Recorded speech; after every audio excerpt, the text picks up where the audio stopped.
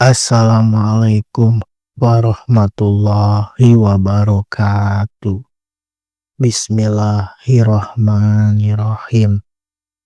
Zat Rabbul Izzati, dialah zat yang maha hidup, yang maha menghidupi, dan yang hadir. Rasulnya adalah yang hidup atau sang diri, yang juga disebut sebagai Muhammad, yaitu zat yang terpuji dalam pencarian kita kepada Allah. Diri inilah yang harus kita kenali dan jumpai dahulu, karena diri inilah yang akan membawa seseorang itu kepada Allah Subhanahu wa Ta'ala. Di dalam kehidupan kita sehari-hari, sang diri inilah yang telah tertutup dengan berbagai penutup, sehingga kita tidak dapat lagi kita melihatnya, apalagi untuk mengenalinya. Diri ini hanya akan dapat disaksikan apabila segala penutup itu dapat dibuang, dan apabila kita telah dapat terhubung dengan diri kita sendiri, maka akan terjadilah gerakan dua arah dari diri kita. Yang pertama, gerakan dari diri kita itu ruh kepada badan jasmani. Dan yang kedua, gerakan sang diri ruh menuju Tuhan yang Maha Esa. Badan yang dihidupi menerima daya hidup dari sang diri ruh, karena sang diri telah terbebas daripada hijab atau penutup, maka sang diri akan menerima limpahan kekuatan daripada Allah Subhanahu wa Ta'ala. Apabila hubungan ini tidak tersekat lagi oleh hijab dan kotoran batin, maka jasad kita merupakan manifestasi daripada Sang Maha Pencipta.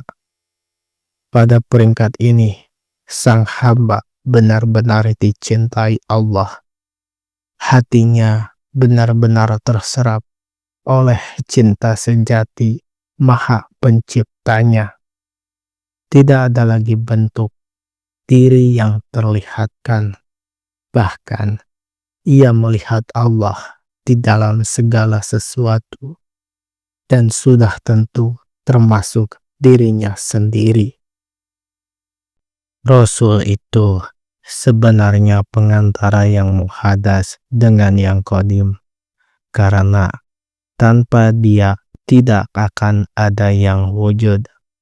Karena jika yang muhadas bertemu dengan yang qadim, maka binasahlah yang muhadas dan tinggallah yang qadim. Apabila Rasul diletakkan pada tempatnya yang wajar pada kedua itu, maka barulah alam ini diperintahkan. Karena pada zahirnya ia hanyalah dari tanah liat, tetapi batiniahnya ia adalah khalifah Allah Subhanahu wa Ta'ala. Apabila seorang ahli makrifat berkata, La ilaha illallah, maka ia ketahui bahwa pada hakikatnya bukan hanya pada majazi saja, yaitu tidak ada jalan lain melainkan Allah. Ghairullah tidak akan lenyap hanya dengan mengatakan tidak dengan lidah saja, dan belum sempurna juga hanya dengan mata keimanan dan keyakinan, tetapi akan lenyap dengan pandangan secara langsung dan berhadapan muka. Sesungguhnya Allah itu adalah matlamat yang terakhir. Dialah sumber segala-galanya, maka kita tidak perlu lagi napi dan tidak perlu lagi isbat. Hal ini dikarenakan yang wajib itu telah memanglah isbat, walaupun belum kita isbatkan, dan yang ghairullah itu sememangnya napi, walaupun belum kita napikan. Saudara yang dirahmati Allah, manusia adalah intisari wilayah ketuhanan Allah dan meliputi apa yang ia kandung akan hakikat, nama-nama, dan sifat-sifat ilahiyah.